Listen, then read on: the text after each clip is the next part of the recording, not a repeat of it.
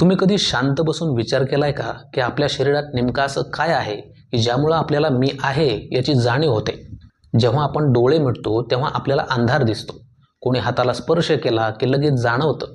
कुठं लागलं की लगेच वेदना होते. हे सगळं आपल्याला कळत असतं. पण हे जे कळणं आहे किंवा अनुभव आहे तो नेमका येतो तरी कुठून? तर यामागे एक अशी जाणीव आहे की जिला विज्ञानसुद्धा आजही पूर्णपणे उलगडू शकलेलं नाही.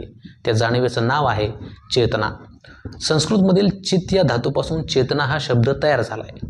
चित याचा अर्थ होतो जाणून घेणं किंवा प्रकाशित करणं. सोप्या भाषेत सांगायचं तर जसा सूर्य जगाला प्रकाशित करतो तशी ही चेतना आपल्या शरीराला आणि बुद्धीला प्रकाशित करत असते. समजा तुमच्या घराच्या कोपऱ्यात एखादी लाकडी खुर्ची आहे आणि त्या खुर्चीवर एक छोटीशी चिमणी येऊन बसली आहे. आता नीट विचार करा, खुर्ची आणि चिमणीमध्ये काय फरक आहे? तर खुर्चीला तुम्ही कितीही हाका मारल्या किंवा तिला कितीही प्रेमाने कुरवाळलं तरी ती काहीच बोलणार नाही. तिला भूक लागत नाही की तहान लागत नाही, कारण खुर्ची जड आहे, तिच्यात जीव नाही. पण ती चिमणी तशी नाही. तुम्ही तिला पकडायला गेलात की ती लगेच भुरकन ओढून जाईल. तिला भूक लागते, तहान लागते, भीती जाणवते आणि आकाशात उडण्याची ओढही लागते. चिमणीला हे सगळं जाणवतं ना, त्यालाच म्हणतात चेतना. पण मग प्रश्न असा पडतो की ही चेतना फक्त जिवंतपणाचंच असते की त्यापलीकडेही काही आहे? तर अध्यात्म सांगतं की चेतना म्हणजे केवळ एखाद्या बॅटरीसारखी संपणारी गोष्ट नाही आहे, तर ती एका अथांग महासागरासारखी आहे. याचं एक उत्तम उदाहरण म्हणजे वीज. आपल्या घरात फॅन आहे, फ्रीज आहे, बल्ब आहे, हे सगळे वेगवेगळे दिसतात आणि त्यांचं कामही वेगळं आहे, पण त्यांना चालवणारी ती वीज एकच असते. अगदी तसंच आपल्या सगळ्यांची शरीरं वेगळी आहेत, विचार वेगळे आहेत, पण आपल्या सगळ्यांच्या आज जी जाणीवेची वीज आहे, जी अखंड धावते आहे, तिला चेतना म्हणतात. भारतीय अध्यात्म हजारो वर्षांपासून याच सत्याचा उद्घोष करत आले.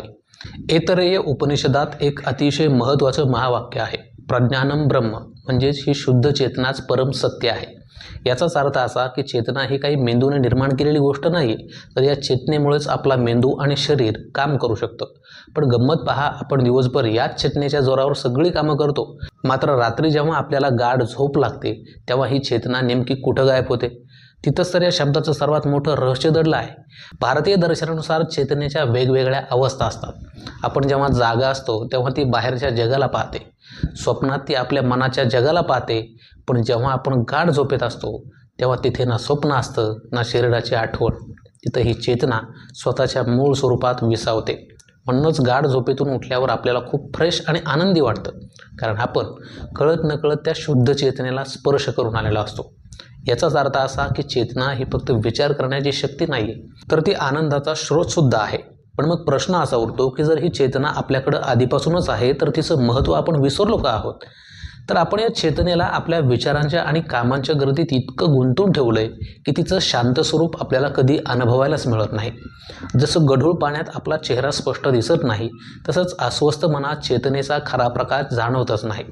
पण ज्या दिवशी आपण धावपळ थांबवून फक्त 2 मिनिटं शांत बसतो आणि स्वतःच्या श्वासाकडे वळतो, त्या दिवशी आपल्याला एक विलक्षण सत्य उमजतं.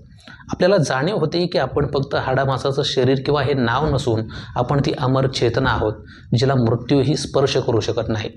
ज्याप्रमाणे लाटा येतात जातात पण महासागर तोच असतो, तशीच ही चेतना आपल्यात अखंड वाहत असते.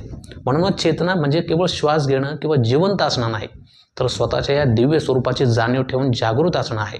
हीच जागृती आपल्याला जीवनाच्या खऱ्या आनंदाकडं घेऊन जाते. आशा करतो की चेतना या शब्दाचा अर्थ तुमच्या आता लक्षात आलाच असेल. या विषयावर तुमचे काही वेगळे विचार असतील तर ते कमेंट करून नक्की सांगा. माहिती उपयुक्त वाटली असेल तर लाईक करा, शेअर करा आणि असेच नवनवीन व्हिडिओज पाहण्यासाठी चॅनलला सबस्क्राईब करा.